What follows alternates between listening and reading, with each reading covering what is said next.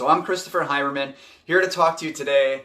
After talking about warning signs of alcoholism and how to have that tough conversation, here's why you have that tough conversation. Because of the rewards and the life that we want. Am I right? So when I checked into treatment about a year ago, one of the most important things that I was taught was, here's some science for you, what you have to gain in terms of getting sober. All right, Karen, I'll figure it out later. So what I have here and what I'm going to put up is a nice little piece of science. This was taught to me by somebody in treatment who, like me, is not a great artist, but he knew what he was talking about. So let's do this. All right, what you see on this chart is your brain. When it's producing all of these up here, those are feel-good endorphins and serotonin and dopamine and all that jazz. Basically, here's what happens when you drink. Here's that high that you reach, right? And then what happens afterward? What happens, when you sober up and when you are hungover and all of a sudden those happy chemicals go away and you're down here. It's like Newton's law. Action equal and opposite reaction. So, over time, here's the thing about everything that we do, and down the road I'm going to talk about how this applies to everything. Over time, your brain develops tolerance, right? So it starts producing less of those feel-good chemicals, and then here's your new baseline. Down here, here's you normal.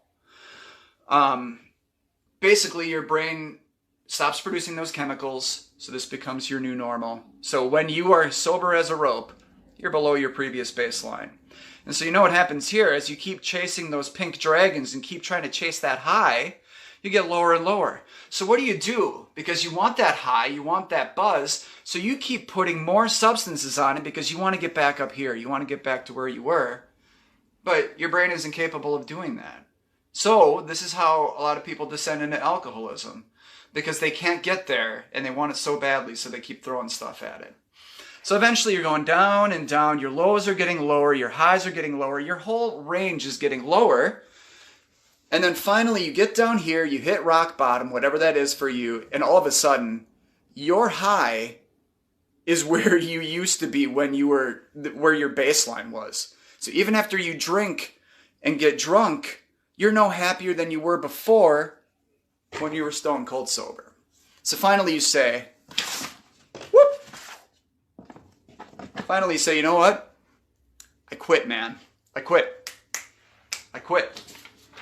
And here's what happens. Here's the good stuff.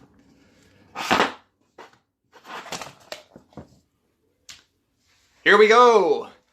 Here is where everything turns around. You quit drinking and you start coming back up. Your highs get above that original baseline. Your lows start coming up. And bear in mind, this can take weeks, it can take months. It all depends on where you are and how healthy you are. Usually it takes about 45 days or so to get back to there. And if any scientists out there find that I'm wrong, please do let me know. But this is more or less what was passed along to me.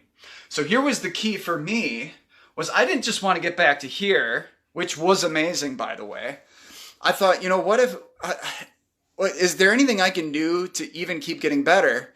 And what I did was, as I got sober and over time got closer to here, I rode that wave of momentum. I figured I want to keep getting better and better, because the good news for me was in treatment, I was warned that I would hit that wall around a month and a half. So I didn't want to hit that wall. And basically what hitting the wall means that you plateau. You go from feeling amazing and reborn and stuff to all of a sudden you're back where you were, and it's like, oh, okay, but I want to keep feeling better. So how do you do that? You can build in exercise, you can improve your diet, and you can build in all the sort of tools that we're going to talk about that can increase your mental health and help your mental health. So then you end up building a new baseline that was better than anything you ever knew before. So, hopefully that's one thing that you can bring into that conversation with your loved one When you have to sit down with them and tell them, you know what, we need to talk about this. You have a problem. And because of that, we have a problem. And it's having an effect on all of us. So that's a brutal conversation. But what if you go into that conversation armed with stuff like this? What if you go into the conversation ready to let them know what they can have and what they can work toward? That means sleeping better. You tell anybody that they're going to sleep better, and they're going to ask, okay, how?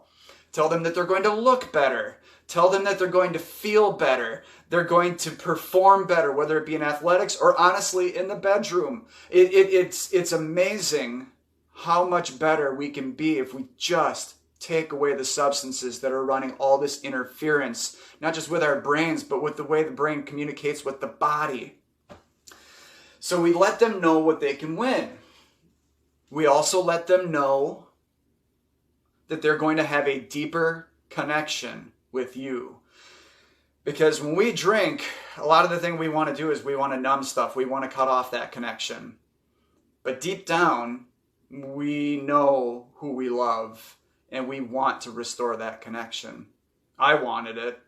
Then I got it. I went to treatment, and who knows, maybe by doing all of this, maybe somebody is in a place with their substance abuse that all of my sort of fly-by-night lessons can help get ahead of things, maybe even nip it in the bud or cut it off at the pass. So let them know what they can win. And one of the things about what we're doing here is I can let them know what they can win. If you don't want to have that conversation with somebody, if you don't know how, point them my way. Direct message me. Put them in touch with me. I am more than happy to be that go-between. I got laid off, man. I got some time on my hands. If I can spend it helping people, then as always, if I help one person today was a success.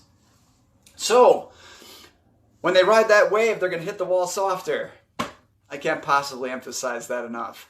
But let's talk about the wall a little bit more in depth. I think we're going to hit that tomorrow. I do want to keep sharing these tools that I learned in treatment and that I've learned in my reading and in my studies and in my self-exploration. But man, it's just such a beautiful day that I thought this would be a perfect conversation today.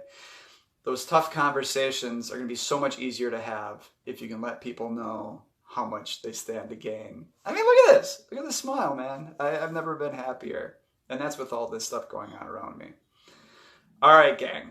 Thanks for hanging out. Thanks for tuning in. Please share this. Please check out my blog at 40,000steps.wordpress.com.